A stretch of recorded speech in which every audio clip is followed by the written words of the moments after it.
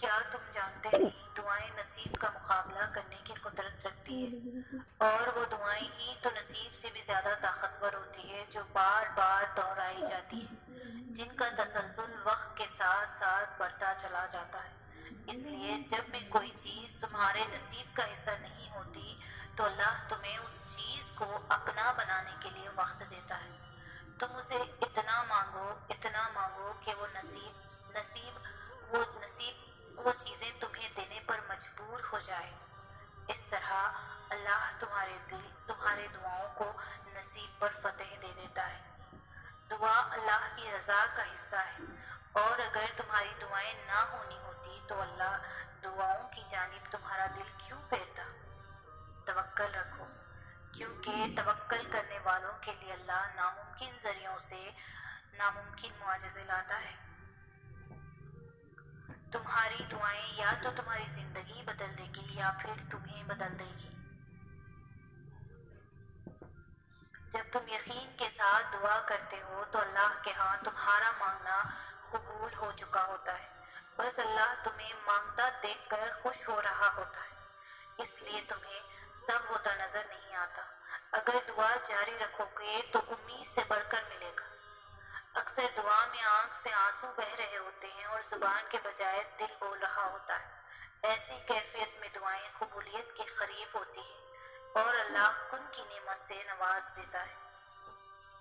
یہ جو تم گرتے گرتے اچانک سے سنبھل جاتے ہو، دکھوں میں اچانک سے خوشی کو پا لیتے ہو، یہ گواہی ہے کہ اللہ تمہارے ساتھ ہے۔ قبولیت کی گھڑی تہجد میں پوشیدہ ہے۔ یا اللہ تیرے کن کا انتظار آج بھی ہے مجھے، یا اللہ تجھ سے آج بھی معجزوں کا گماں ہے مجھے۔ بس کچھ دکھ بہت گہرے ہیں، ورنہ تیری مصلحتوں سے انکار نہیں مجھے۔ تو قادر ہے ہر چیز پر میرے اللہ۔ میں بہت کمزور ہوں، مجھے اتنا نہ آزما۔ یہ جو میری زبان سے دعاؤں کا سلسلہ رکتا نہیں، تو ہی تو ہے جو نا امید نہیں ہونے دیتا مجھے۔ تیرے در پر دستک دی ہے اس یقین سے کہ تو خالی ہاتھ نہیں لوٹائے گا مجھے۔ منتظر ہے یہ دل تیری مدد کی قبولیت والوں میں شامل کر دے مجھے۔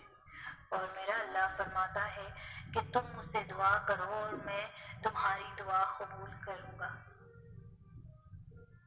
مانگو اور یقین سے مانگو، کیونکہ اسے اپنے بندے کا دعائیں کرنا پسند ہے۔ ذرا وقت لگ رہا ہے دعا قبول ہونے میں، مگر اس کا مطلب یہ تو نہیں کہ اللہ دعا قبول ہی نہیں کرنی۔ پتہ ہے جب ہم یہ سوچتے ہیں کہ دعائیں قبول کیسے ہوگی تو کچھ سمجھ نہیں آتا۔ ایسا اس لیے ہوتا ہے کیونکہ یہ سوچنا تمہارا کام ہی نہیں ہے۔ تو کیوں پریشان ہو اس بارے میں؟ تمہارے رب نے تمہارے لیے بہت پہلے ہی بڑا بہترین انتظام کر رکھا ہے۔ یہ غم اور مایوسی تو بس یقین کا امتحان ہے۔ اس امتحان کے بعد بڑا اجر ہے تمہارے لیے۔ تم بس امید نہ ہارنا کہ امید کی ڈور سے بندے رہنے والوں کو اللہ کبھی بھی مایوس نہیں کرتا۔ اللہ تو ویسے کی گئی دعاؤں کو رد نہیں کرتا۔ تہجد میں تو وہ تمہارے روبرو ہوتا ہے، اور کیسے ہو سکتا ہے کہ جب کوئی اپنے اللہ کے روبرو روتے ہوئے کچھ مانگے اور وہ نہ دے، اسے رد کر دے؟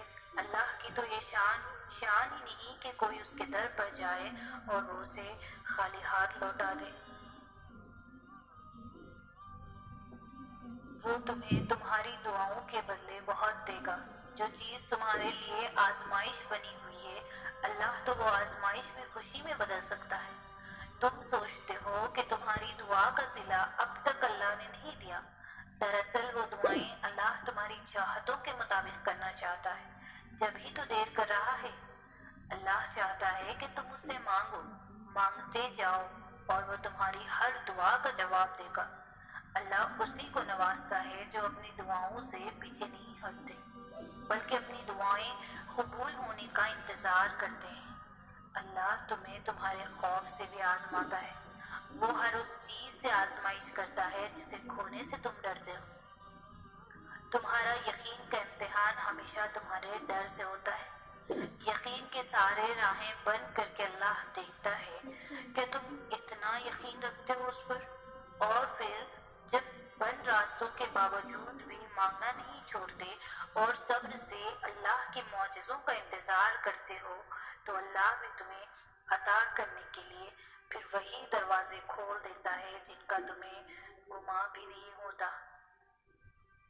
تو پھر اللہ تمہارا صلہ بھیجتا ہے اس سے بہتر شکل میں جسے تم نے کھو دیا تھا۔